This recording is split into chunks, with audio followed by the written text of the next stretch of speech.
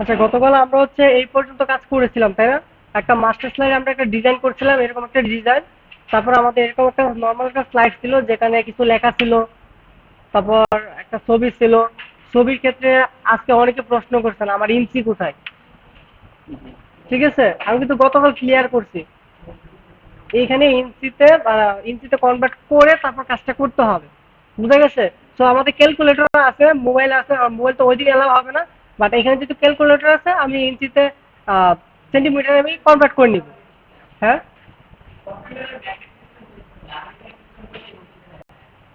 বুঝি নাই।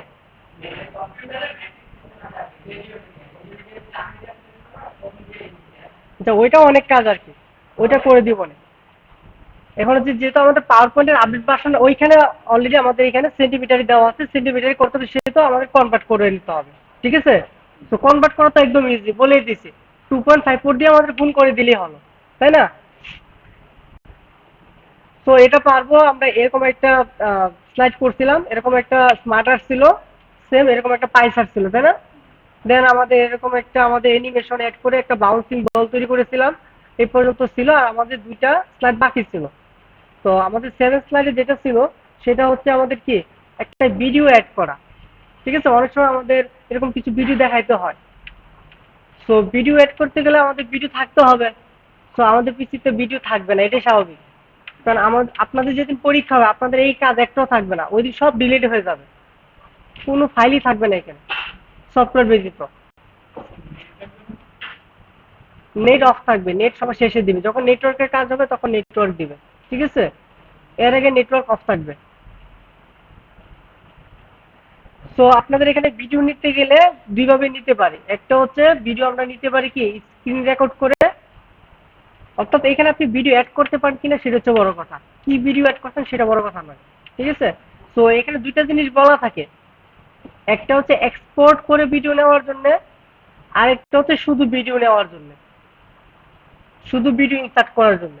তো শুধু যদি ভিডিও ইনসার্ট করার কথা বলে, তা আমরা ছবি যেভাবে ইনসার্ট করি তেমন ভাবে ইনসার্ট করতে পারি, তাই না? যদি আমাদের ফাইলে থাকে। আর যদি না থাকে তাহলে আমরা যেমন স্ক্রিনশট নেই, দেন এখানে আমাদের স্ক্রিন রেকর্ড আছে, স্ক্রিন রেকর্ড করে নিতে পারি। এই ভিডিও নেওয়ার ক্ষেত্রে, ভিডিও ইনসার্ট করার ক্ষেত্রে। তবে যদি বলে দেয় যে ভিডিও নিতে হবে এক্সপোর্ট করে, তখন কিন্তু এক্সপোর্ট করেই ভিডিও নিতে হবে। এক্সপোর্ট সম্পর্কে কিন্তু বলছিলাম ওয়ার্ডের ক্ষেত্রে, মনে আছে? অর্থাৎ আপনার যে ফাইলটা আছে সেই ফাইলটাকে বিভিন্ন এক্সটেনশনে সেভ করাটাই কি এক্সপোর্ট। যেটা আমরা কি করি, যখন কোনো ভিডিও এডিটিং করে থাকি তখন আমরা এক্সপোর্ট করে থাকি। আমরা চাইলে ওই ভিডিওটা MP4 এ করতে পারি, MP3 তে করতে পারি, তাই না? আরো আরো অনেক এক্সটেনশনে করতে পারি, এটাকে বলা এক্সপোর্ট। তার মানে আমার এখানে যে প্রেজেন্টেশনটা আছে, এটা কিন্তু একটা প্রেজেন্টেশন, ওইটাকে আমি ভিডিও আকারে বানাইতে পারি। ঠিক আছে, ওইটাকে বলা এক্সপোর্ট করা। তো দুটো ওয়েতে আমরা দেখবো কিভাবে এক্সপোর্ট করা যায় অথবা ভিডিও ইনসার্ট করা যায়।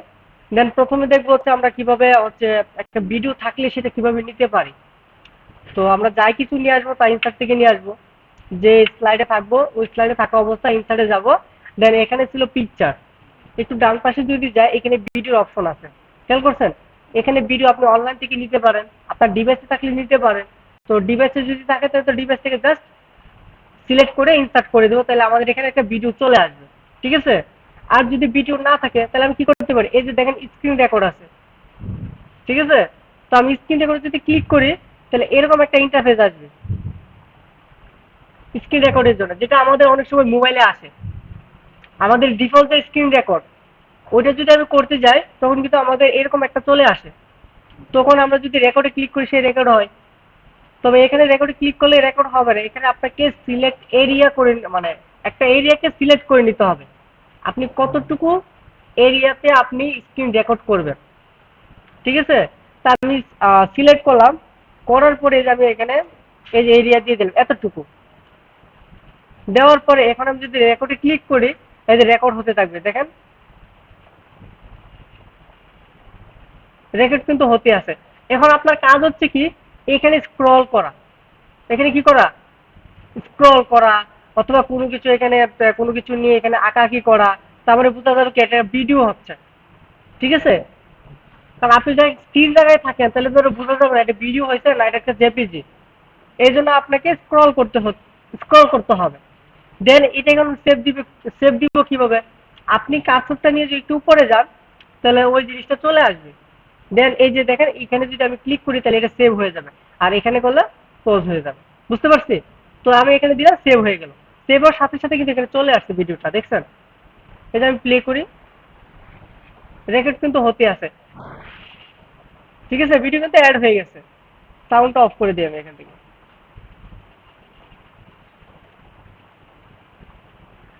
এই যে আমি স্ক্রল করছি ভিডিও দেখা যাচ্ছে। তবে এখানে আর কিছু কাজ থাকে, সেই সেই কাজটা হচ্ছে আপনাকে এটাকে একটু ছোট করে দিবেন, ছোট করে এটাকে সেন্ট্রাল এভাবে বসায় দিবেন, ঠিক আছে? তো ভিডিও তো অ্যাড হচ্ছে আমার, তাই না? ভিডিও অ্যাড হওয়ার পরে আপনাকে বলে যে, হ্যাঁ আপনি কি করছেন? ক্লিক করেন তো দেখি। আপনি কি স্ক্রিনশটের দিকে ক্লিক করছেন নাকি? আচ্ছা দেখতেছে। আচ্ছা আমি যখন ভিডিও নিব, নেওয়ার পরে আপনাদের আরো কিছু কাজের কথা বলা থাকে, যে ভিডিওটা যখন প্লে করবেন তখন এটা ফুল স্লাইড জুড়ে আসতে হবে, এবং ভিডিওটাকে যতটুকু ভিডিও আছে তার অর্ধেক আপনাকে এখানে ইনসার্ট করতে হবে, ঠিক আছে? তো এই কাজটা করার জন্য আপনি ভিডিওতে ক্লিক করলে দেখবেন ভিডিও রিলেটেড কতগুলো এখানে অপশন চলে আসে। এই যে ভিডিও ফরম্যাট, প্লেব্যাক। তো আমরা যদি প্লেব্যাকে যাই তাহলে এখানে দেখতে পাবো ট্রিম ভিডিও। ট্রিম তো বুঝি কিছু অংশ কেটে ফেলে দেওয়া, তাই না? তাহলে আমরা যদি ট্রিমে যাই তখন এই যে আমি আমার যতটুকু ভিডিও আছে তার অর্ধেক যদি করে দিই তাহলে এই ব্যাপারটা কি হবে? এর অর্ধেক হয়ে যাবে। অথবা আমি চাইলে দুই দিক থেকে কেটে দিতে পারি, তাই না? তাহলে আমরা একদিক থেকে কাটি, কেটে অর্ধেক এনে রেখে দেয়, রেখে ওকে দিয়ে দিই, তার অর্ধেক ভিডিও কিন্তু চলে গেছে এখান থেকে। এখন বলছে যে আমাদের ভিডিওটা যখন প্লে হবে তখন ফুল স্ক্রিন আসতে হবে। তাহলে এখানে দেখেন যে প্লে ফুল স্ক্রিন, এখানে ক্লিক করব, তাহলে এটা ভিডিও যখন আমি রান করব তখন দেখা যাবে কি এটা ফুল স্ক্রিন জুড়ে আসছে। আপনারা দেখেন স্ক্রিন কিন্তু অনেক ছোট, এটা ছোট না এটা? আমি যখন প্লে করব এখানে দেখা যাবে না, আমি প্লে করে দেখাচ্ছি।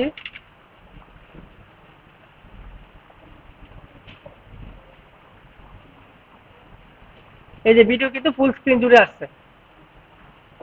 তো এরকম প্লে করলে আপনার ছোট ভিডিওটা কি ফুল স্ক্রিন জুড়ে আসতে হবে। এই দুইটা জিনিসের কথা বলা থাকে, একটা হচ্ছে ট্রিম করো, অর্ধেক করো, মানে হাফ করো, আরেকটা হচ্ছে কি ফুল স্ক্রিন আসতে হবে। বুঝা গেছে? তাহলে একটা কিভাবে একটা ভিডিও অ্যাড করবো আমরা, স্ক্রিন রেকর্ড অথবা যদি ভিডিও থাকে, আর যদি বলে তোমাকে একটা ভিডিও ইনসার্ট করতে হবে এক্সপোর্ট করে, তখন কি করব? তখন হচ্ছে এই যে আমাদের ফাইলে গিয়ে আমরা ওয়ার্ডে কিছু কাজ করছিলাম না, মনে আছে? একটা ওয়ার্ডে মেল মার্জ করার পরে আমরা অনেকগুলো পিডিএফ করছিলাম না, এক্সটেনশন চেঞ্জ করে আমরা সেভ করেছিলাম না? ছিল ওয়ার্ড ফাইল, করেছিলাম কি পিডিএফ। তাহলে এটা কি কি বলা, এক্সটেনশন চেঞ্জ করছি আমরা। সেম এক্সপোর্ট যেহেতু এক্সটেনশন চেঞ্জ করা, তাহলে ওইটাও আমরা এভাবেই করব। আমরা যদি ফাইলে যাই, ফাইলে যাওয়ার পরে আমরা সেভ এসে গেলে একটু খেয়াল করে দেখবেন, আমি একটু যাই এখানে, এই যে এখানে কি আছে সেভ এস টাইপ, টাইপের করে দিলে দেখবেন এই যে কি আছে এখানে ভিডিও আছে। তবে এখান থেকে আমরা এই ভিডিওটা করব না, ঠিক আছে? আমরা নিচে যদি একটু যাই, এই যে লেখাই আছে এক্সপোর্ট, কি লেখা আছে এক্সপোর্ট, এই এক্সপোর্টে যদি আমরা যাই এইখানে বিভিন্ন ধরনের কাজ আছে। এই এক্সপোর্ট করে আমি এটাকে পিডিএফ বানাইতে পারবো, এই এক্সপোর্ট করে এটাকে এক্সপিএস ডকুমেন্ট বানাইতে পারবো, এটাকে ভিডিও বানাইতে পারবো, এটা জিএফ অ্যানিমেট বানাইতে পারবো, তারপর সিডি আরো যতগুলো ক্রিয়েট হ্যাংআউট করতে পারবো, ঠিক আছে? আরো অনেক অনেক ফাইল টাইপে করতে পারবো। তো আমাকে করতে হবে কি, এক্সপোর্ট করে কি করতে হবে ভিডিও। যখন আমি ভিডিওতে ক্লিক করব তখন এখানে বলছে যে ফুল এইচডি হবে কিনা ইত্যাদি ইত্যাদি। জাস্ট আমি কিছু করবো না, জাস্ট এখানে ক্রিয়েট ভিডিওতে ক্লিক করব। ক্লিক করলে এটা আমার কোথায় যাবে, ভিডিওটা কোথায় যাবে? এই যে আমার লোকেশনে যাবে, আমার ওই ফোল্ডারটা খুঁজে বের করব। 24 তারিখে কাজ ছিল না এটা, আমি চাই আমার এইখানে যাক, এটা আমি ভিডিও দিয়ে দিই, নাম দিয়ে দিই ভিডিও। বুঝতে পারছি? দেন সেভ দিয়ে দিই। এখন এক্সপোর্ট কিন্তু এখনো হয় নাই। কেন হয় নাই? এই যে দেখেন নিচে দেখতে পাচ্ছেন এই যে ক্রিয়েটিং ভিডিও, মানে ভিডিওটা ক্রিয়েট হচ্ছে, এটা শেষ হবে।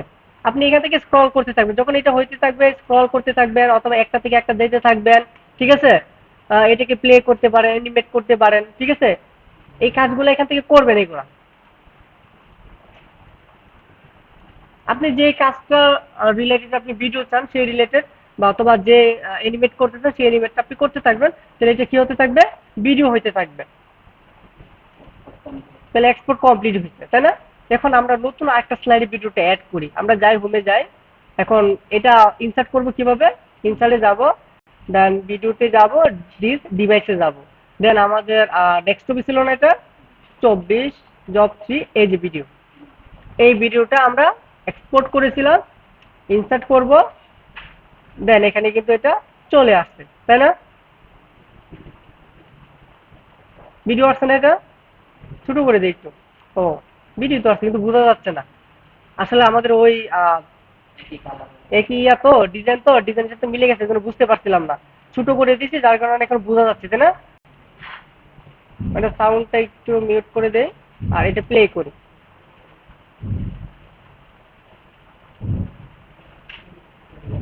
এই যে আমার ভিডিওটা কিন্তু চলতেছে, তাই না?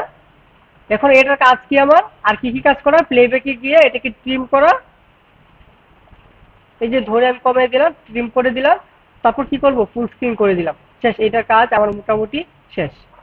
এইভাবে আমরা কি করব, ভিডিও অ্যাড করব। বুঝতে পারছি? তাহলে কি করলাম, যদি আমাদের থাকে তাহলে সরাসরি ইনসার্ট থেকে গিয়ে ছবির মতো করব, আর নতুবা স্ক্রিন রেকর্ড করব, নতুবা কি এক্সপোর্ট করে এভাবে ইনসার্ট করব।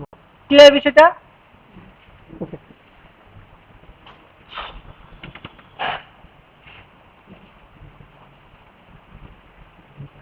এখানে আছে, এইটা হচ্ছে একটু গুরুত্বপূর্ণ বিষয়। এখানে দুইটা বিষয় দেখাবো এখন। 7 নম্বর স্লাইডে আগে কি বলছি সেটা দেখে আসি। 7 নম্বর স্লাইডে বলছে ইনসার্ট স্ক্রিনশট, একটা স্ক্রিনশট নিতে হবে এবং ক্রপ করতে হবে। আনওয়ান্টেড যে এরিয়াটা আছে, আমরা কিন্তু ওয়ার্ডে দেখেছিলাম, তাই না? ওইখান থেকে আমরা রিমুভ করে দেব। এবং বলছে ক্রিয়েট অ্যান অ্যাকশন বাটন, আমাদের এখানে একটা অ্যাকশন বাটন কি করতে হবে, ক্রিয়েট করতে হবে। আর ওই অ্যাকশন বাটনে ক্লিক করলে আমাদের অটোমেটিকলি আমাদের 4 নম্বর স্লাইডে চলে যাবে। ঠিক আছে?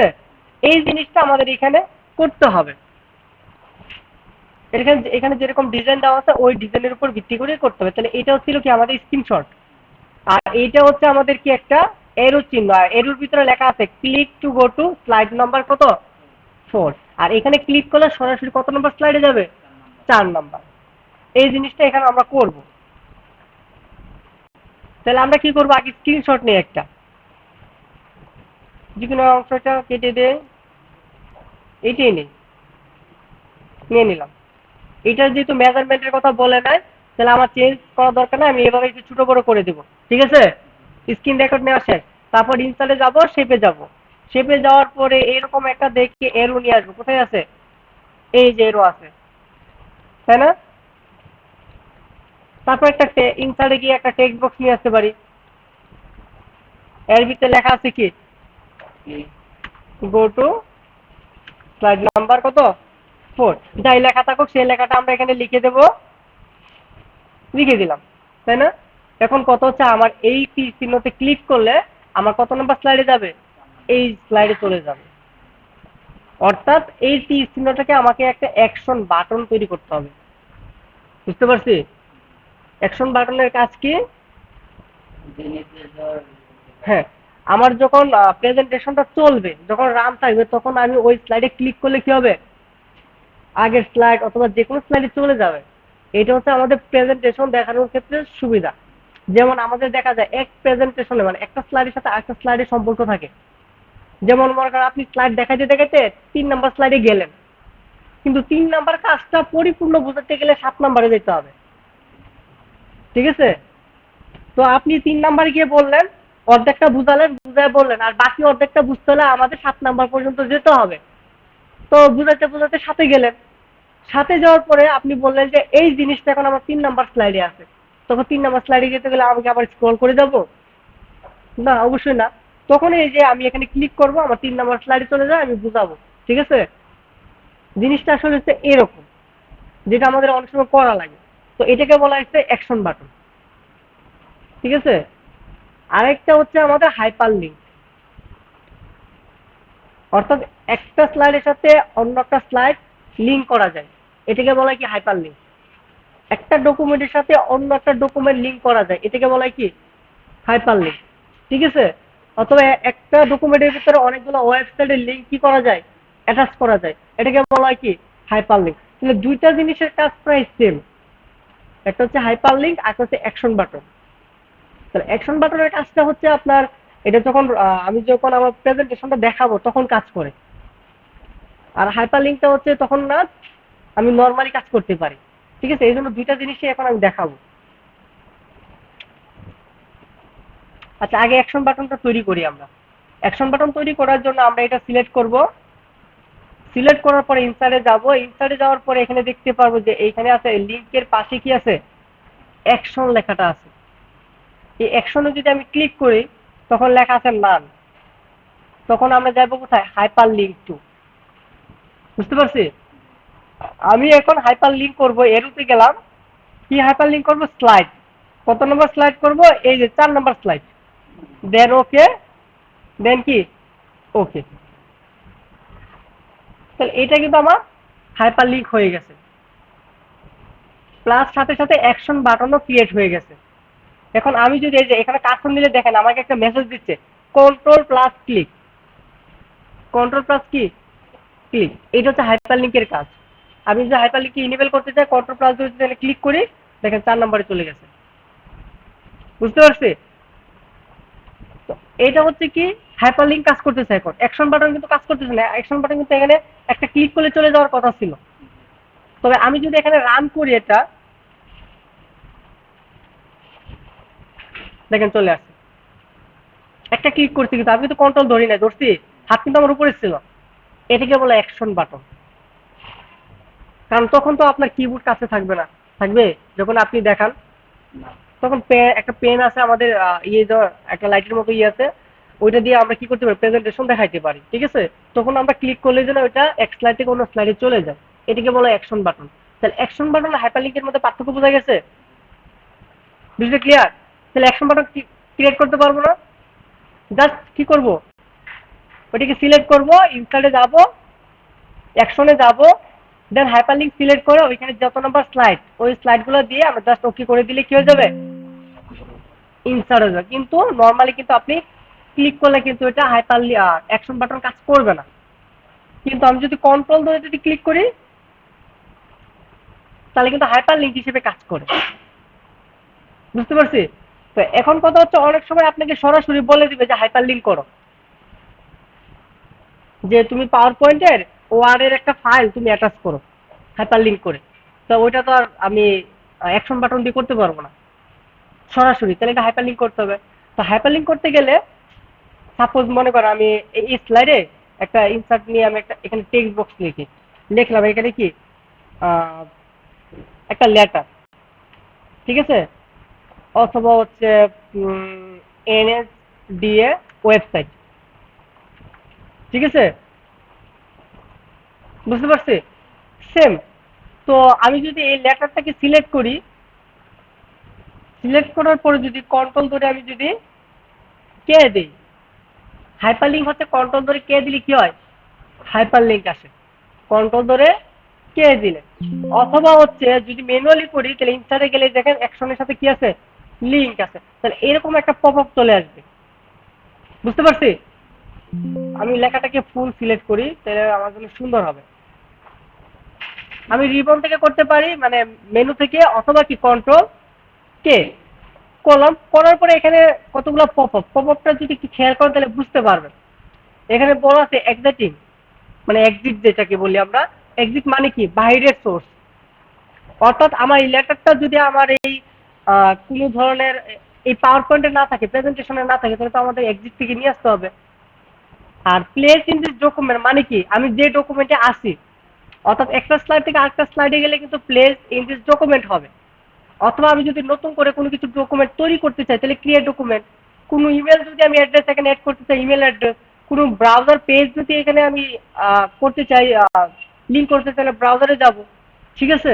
তো আমি মনে করি একটা লেটার অথবা একটা ওয়ার্ড ফাইল, যেহেতু লেটার একটা ওয়ার্ড ফাইলই হবে, তাহলে আমি যাবো কোথায়, এক্সিটে, তাই না?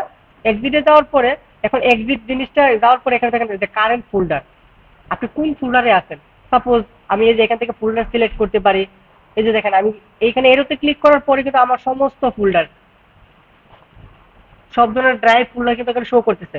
স্ক্রল করতে পারি, ঠিক আছে? তো আমি যদি এখানে যাই, ডেস্কটপে তো কতগুলো কাজ থাকার কথা, তাই না? এই জায়গায় তো মনে করছিলাম জবনে একটা কাজ করছিলাম, এই যে ওয়ার্ড ফাইল, দেন ওকে, এই যে লিঙ্ক হয়ে গেছে। এখন আমি কন্ট্রোল ধরে যদি এটার উপরে যদি প্রেস করি, তাহলে দেখেন আমার ওই ফাইলটা কিন্তু ওপেন হয়ে যাবে।